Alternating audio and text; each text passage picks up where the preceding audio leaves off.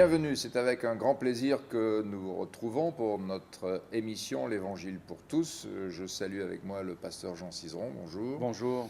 Nous allons rappeler, fêter cet événement qui est mondialement connu, la Pâque, qui se trouve également sur nos calendriers, mais dont la signification se trouve dans la Bible. Et nous nous servirons pour cela d'un texte de ce merveilleux livre de l'apôtre Jean, chapitre 1er de sa première lettre, au verset 7, où il est dit que le sang de Jésus nous purifie de tout péché. Alors, dans toutes les religions, il est question du sang. Dans la Bible, et particulièrement dans l'Ancien Testament, nous trouvons beaucoup de sacrifices d'animaux en quantité. Cependant, nous voulons insister sur le témoignage à la valeur du sang de Jésus qui seul nous purifie de tout péché. C'est un fait, une vérité qui est établie dans la Bible, qui est la parole de Dieu, livre traduit en plus de 2500 langues et dialectes, et aussi diffusé chaque année en des centaines de millions d'exemplaires, donc sur toute la planète. Et il est écrit dans ce livre que le sang de Jésus nous purifie de tout péché. Et puis, pour ne citer que quelques extraits de cette parole, je pense à ce verset de Jésus qui dit que Jésus, le Fils de l'homme, est venu non pour être servi, mais pour servir et donner sa vie comme la rançon de beaucoup. Et encore dans une des lettres de l'apôtre Paul, où il dit qu'en Jésus, nous avons la rédemption par son sang, le pardon des péchés selon la richesse de sa grâce. Donc c'est écrit dans le livre de Dieu, et Jésus lui-même a pu affirmer l'écriture ne peut être anéantie. Ce que nous découvrons dans tous les textes que tu viens de citer, c'est qu'il y avait une nécessité au sacrifice de Jésus-Christ en raison de l'état pécheur de l'être humain. Il fallait le racheter, il fallait le sauver. Et le sacrifice de Jésus, donc la vie donnée de Jésus, ôte le péché du monde par son sang. Et ce sacrifice a été, on pourrait le dire, homologué, a été attesté par Dieu, confirmé par Dieu, par un événement que nous fêtons le dimanche de la Pâque. Cette homologation est extrêmement importante et c'est la résurrection du Christ, la preuve que le sacrifice de Jésus, le sang de Jésus est agréé de Dieu, c'est que Christ est ressuscité, Dieu va le ressusciter d'entre les morts. L'homologation est très importante, même dans les choses de la vie, dans la société. Par exemple, on parle de cette fameuse norme européenne qui est très importante dans les produits que nous achetons. Ici, ce n'est pas la norme NE qui est importante, mais c'est la norme HD, c'est-à-dire l'homologation divine. Et cette homologation, elle est confirmée par la résurrection de Jésus. Christ meurt pour nos péchés, selon les Écritures, mais il ressuscite aussi selon ce qui était prévu par Dieu, 3 jours après sa mort. Donc il sort victorieux du tombeau, victorieux de la mort, victorieux du diable qui a la puissance donc de la mort, et Jésus est ressuscité pour ne jamais plus mourir. Nous touchons là un point crucial, fondamental de la Bible, et surtout un point fort pour la foi, parce que si Jésus n'est pas ressuscité, ça veut dire que tout ce qu'il a fait, sa mort, ses œuvres, et tout ce que prétend donner ce sacrifice n'est pas valable. Mais parce que Dieu l'homologue par la résurrection de Jésus d'entre les morts, la foi de l'Évangile prend sa valeur, la prière est entendue, la puissance de Dieu se manifeste, que Jésus a commencé de faire dans l'Évangile, il le continue aujourd'hui parce qu'il est vivant, parce qu'il est ressuscité, et parce que Jésus est ressuscité, et après avoir tout accompli par son sacrifice sur la croix en versant son sang, eh bien il nous est possible, parce qu'il est vivant, de nous approcher de lui.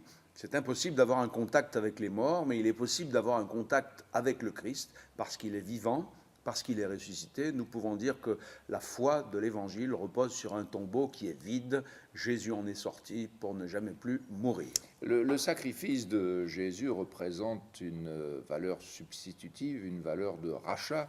Au début de cet entretien, tu parlais de rédemption qui est en Jésus-Christ. Or, dans ce terme rédemption, il y a notion de rachat, comme si ceux qui étaient vendus au péché ont besoin d'être rachetés pour être remis à leur propriétaire d'origine, à savoir Dieu. Et pour ce faire, Christ donne sa vie. Alors le tout est accompli de Jésus sur la croix signifie aussi tout est payé. On parle beaucoup de dettes aujourd'hui avec les pays endettés comme les États-Unis, comme les pays de l'Europe. Et la dette dans l'Évangile est surtout en rapport avec le péché qui constitue une dette envers Dieu que l'homme ne peut solder. Souvent dans l'Évangile, il est question de paraboles, d'enseignements. À ce sujet, Jésus a parlé un jour d'un banquier, d'un créancier qui avait 2 clients, 2 débiteurs.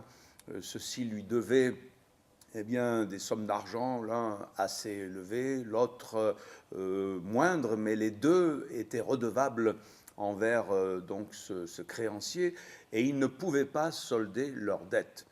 Et Jésus, dans cette parabole de l'Évangile, montre que, plein de compassion à l'égard de ces 2 débiteurs, il va donc leur remettre leurs dettes, et qu'on ait beaucoup péché ou que l'on ait peu péché, ce qui est clair et certain, c'est que nous sommes tous des pécheurs, et envers Dieu, nous avons cette dette insolvable.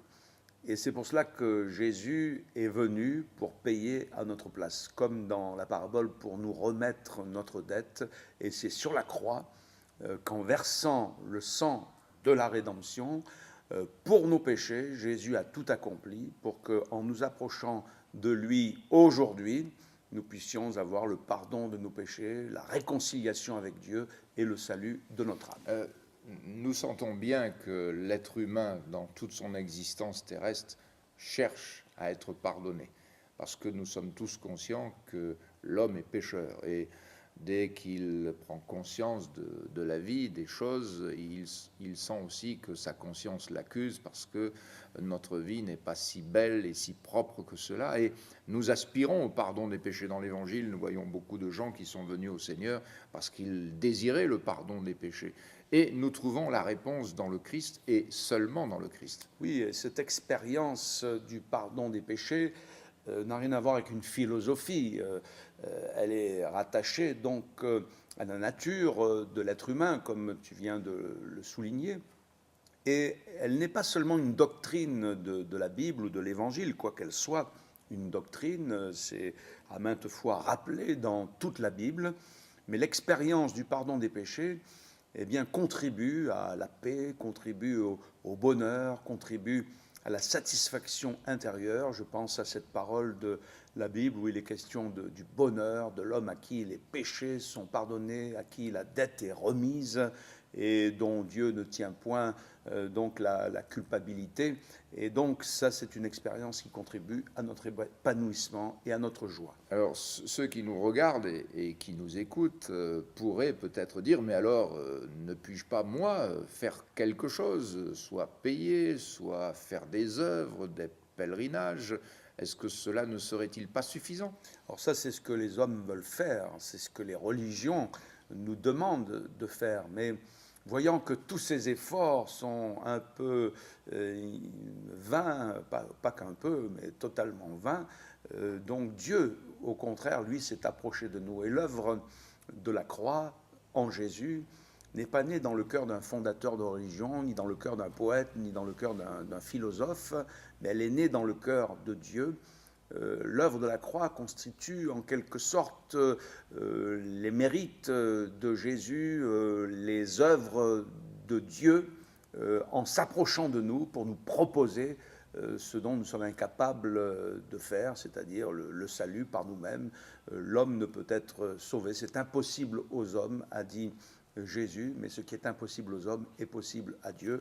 Et au travers de cette œuvre, nous avons la possibilité de nous réfugier dans la foi, dans l'amour de Dieu, pour saisir et pour recevoir ce salut. Dans cette semaine qui est mondialement reconnue, la fameuse semaine de la Pâque qui commence le fameux Vendredi Saint, c'est comme ça que les gens le nomment, la mort de Jésus, et puis ensuite le samedi qui pour les Juifs est le jour du sabbat et qui correspond aussi à un temps où Jésus a été enseveli, et puis le dimanche matin de la résurrection. Toute cette œuvre extraordinaire de Christ a une valeur intéressante pour nous. Alors pour celui ou celle qui dit mais comment faire maintenant, puisque vous me parlez de cette œuvre de Jésus et du sang de Jésus qui purifie tous les péchés, comment puis-je le recevoir moi? Il est possible de s'approcher de Jésus. C'est encore plus facile qu'à l'époque où il était sur la terre, parce qu'il n'y a pas besoin de courir à Jérusalem si on est en Galilée ou vice-versa. Là où on se trouve, on peut croire, et en croyant s'approcher de lui. Dès que notre cœur s'ouvre à la foi, alors nous prenons conscience de la présence de Jésus qui s'approche de nous. Il est possible de lui demander pardon, de lui confesser ses péchés, que nous ayons beaucoup péché ou peu péché, on est tous des pécheurs, et lui demander de nous sauver. C'est ce que l'Évangile appelle la repentance. Il ne s'agit pas d'une pénitence, il ne s'agit pas d'une mortification, mais il s'agit de venir vers Dieu avec un cœur repentant. La repentance, c'est le retour vers Dieu.